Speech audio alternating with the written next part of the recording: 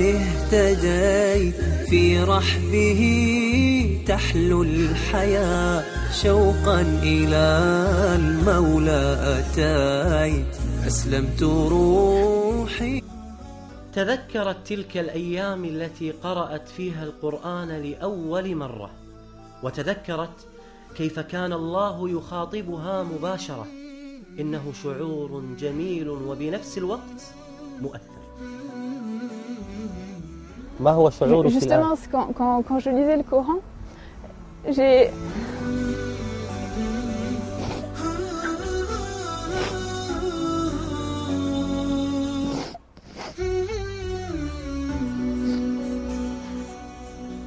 suis quelqu'un en général d'assez forte qui pleure très rarement, qui sait prendre les épreuves et même prendre les autres avec moi pour les aider.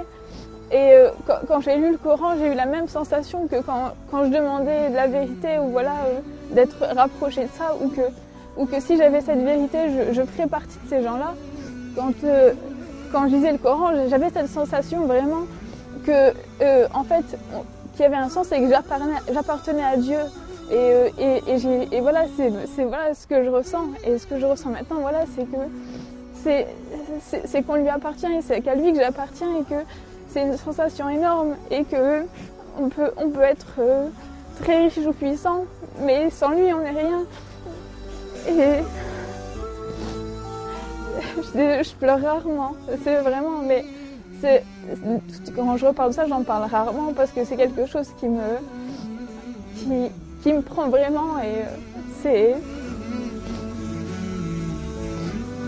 je sais que sans mon Seigneur, je suis rien, que j'ai pas, je sais pas à l'heure actuelle, si j'étais pas devenue musulmane, il y aurait aucun sens dans ma vie, qu'il y aurait pas.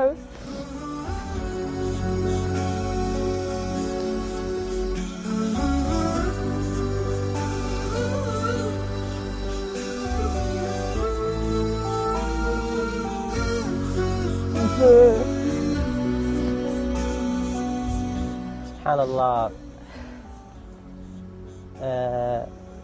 يعني أحيانا لما أجلس مع هؤلاء الذين دخلوا في الإسلام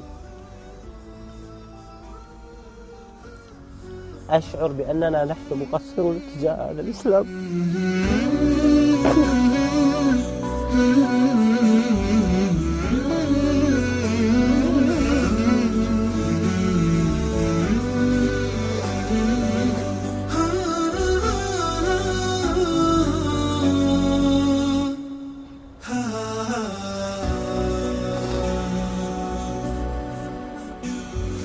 أقول ماذا قدمنا نحن للإسلام؟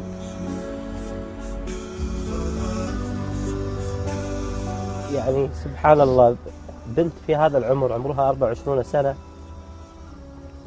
عندما تتذكر كيف دخلت في الإسلام وكيف هداها الله سبحانه وتعالى تشعر بأن الله سبحانه وتعالى أنعم عليها بأعظم نعمة على الإطلاق، وهي هذه النعمة التي أنعم الله سبحانه وتعالى علينا بها، وهي نعمة الإسلام العظيمة. لماذا نحن لا نشعر بهذه القيمة؟ وماذا نقول للنبي عليه الصلاة والسلام الذي تعب واجتهد حتى نشر هذا الدين، ونحن ديننا لا يتعدى حدود منطقتنا ولا يتعدى حدود دولنا؟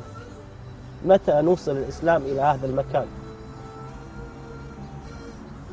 نحن مسؤولون والله أعلم.